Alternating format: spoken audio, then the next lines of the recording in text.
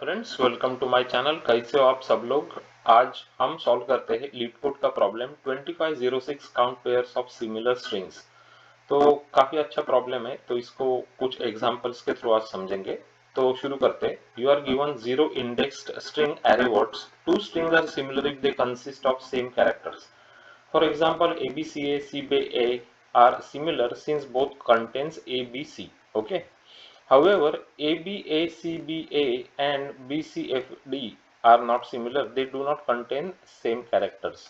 Return number of pairs ij such that 0 less than equal to j less than j is less than equal to words dot and two strings words I and words j are similar.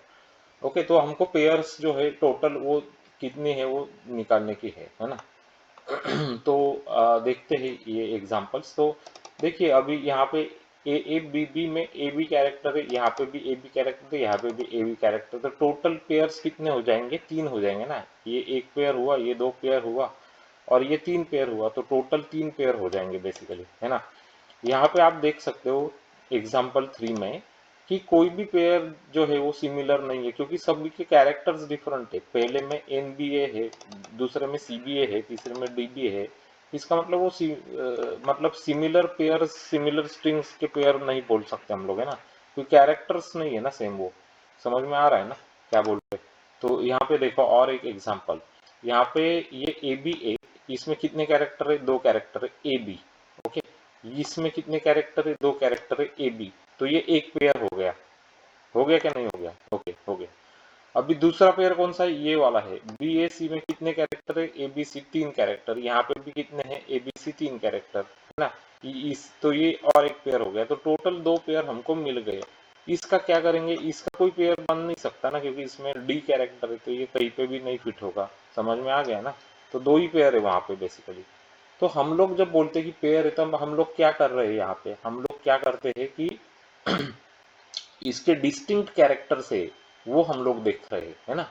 जैसे ये string है, इसमें कितने distinct character है? 2 distinct character है A B. A B ए में कितने distinct character है? 2 है A B. Okay, A A B B में कितने डिस्टिंक्ट कैरेक्टर्स है? इसमें भी 2 कैरेक्टर्स है। कौन से? A B. यहाँ पे लिखना थोड़ा डिफिकल्ट है, ए बी, है ना।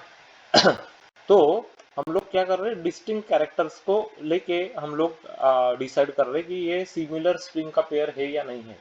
तो जब आप वो डिस्टिंक्ट कैरेक्टर का वर्ड सुनते हैं तो क्या आपके दिमाग में आता है? पहले तो पहले हमारे दिमाग में आता है सेट। सेट आता है ना। सेट होल्ड्स डिस्टिंक्ट कैरेक्टर्स और distinct things basically in general, right. तो हम लोग क्या करेंगे अभी इसको सॉल्व करने के लिए कि सभी पेयर्स को चेक करेंगे कि ये कैरेक्टर्स लेंगे, इसको सेट में डाल देंगे। तो मैं क्या करूंगा?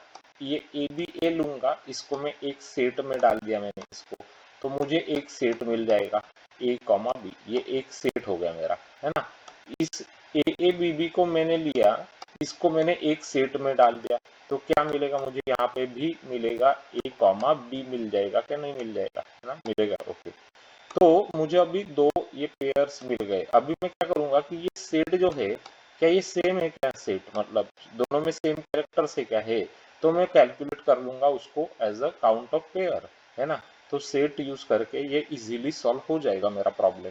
समझ में आ गया लॉजिक क्लियरली, है ना, क्योंकि डिस्टिंक्ट हमको कैरेक्टर्स फाइंड करने हैं, तो इसलिए हम लोग ने सेट यूज कर रहे थे। ओके, तो अभी मैं आपको दिखाता हूँ कि इसको लिखना कैसे है। तो लिखना तो बहुत ही सिंपल है, एक बार ये समझ में आ जाता है तो देखो फटाफट। अभी सिमिलर स्ट्रिंग्स, यहाँ पे वर्ड्स है, वर्ड्स का एरे है।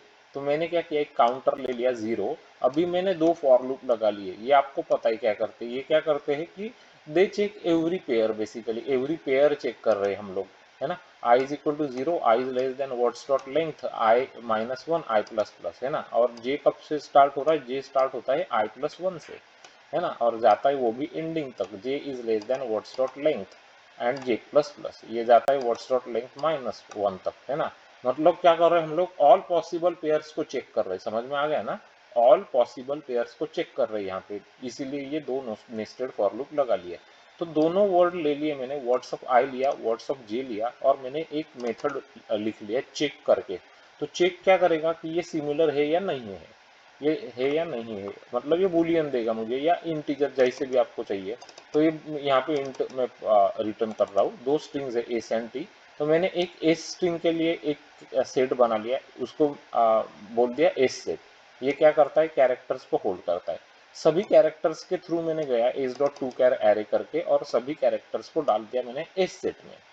टी स्ट्रिंग के लिए मैंने टी सेट बना लिया, सभी कैरेक्टर्स के थ्रू गया यहाँ पे फॉर लूप में और सबको डाल दिया मैंने टी सेट में। दो सेट बना लिए और दोनों सेट का इक्वल है क्या नहीं है वो चेक कर रहा हूँ मैं।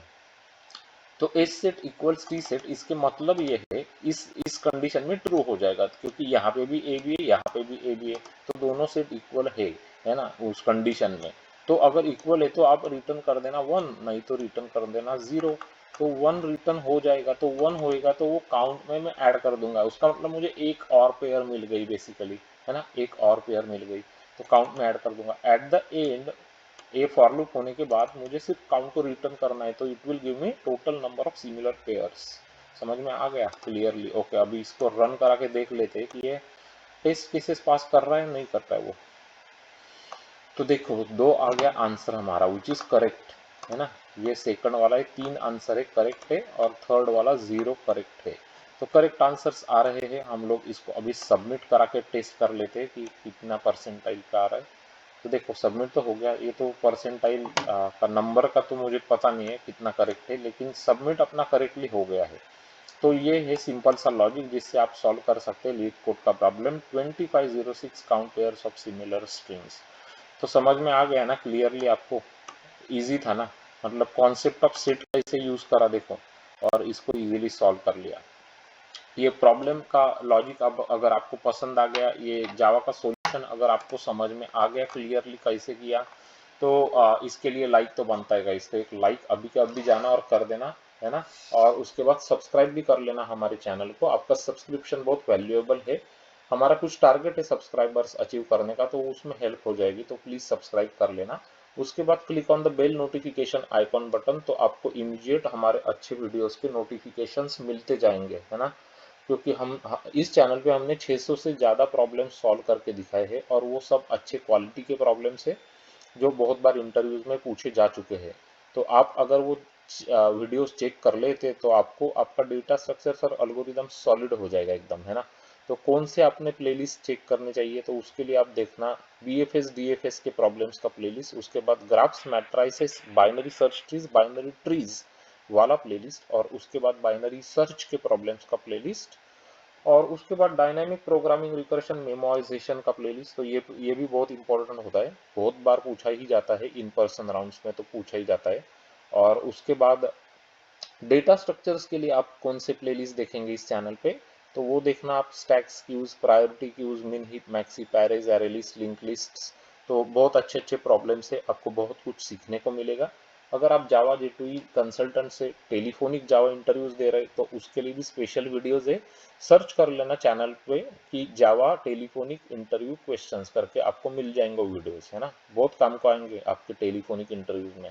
माई सिक्वल सीक्वल के प्रोग्रामिंग के भी वीडियोस अच्छे हमने बनाए हैं, माई सिक्वल सीक्वल वाला आप प्लेलिस्ट चेक कर लेना। आपको बहुत कुछ माई सिक्वल और डेटाबेस के कॉन्सेप्ट्स एकदम क्लियर हो जाएंगे।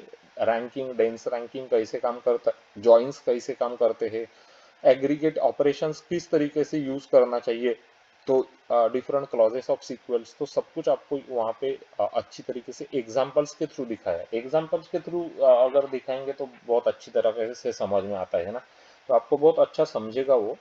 तो आप चेक कर लेना और इस चैनल को सब्सक्राइब ज़रूर करना और आपके फ्रेंड्स के साथ वीडियोस को शेयर करना। और thanks for watching this video, have a great day ahead, see you in the next video, bye bye.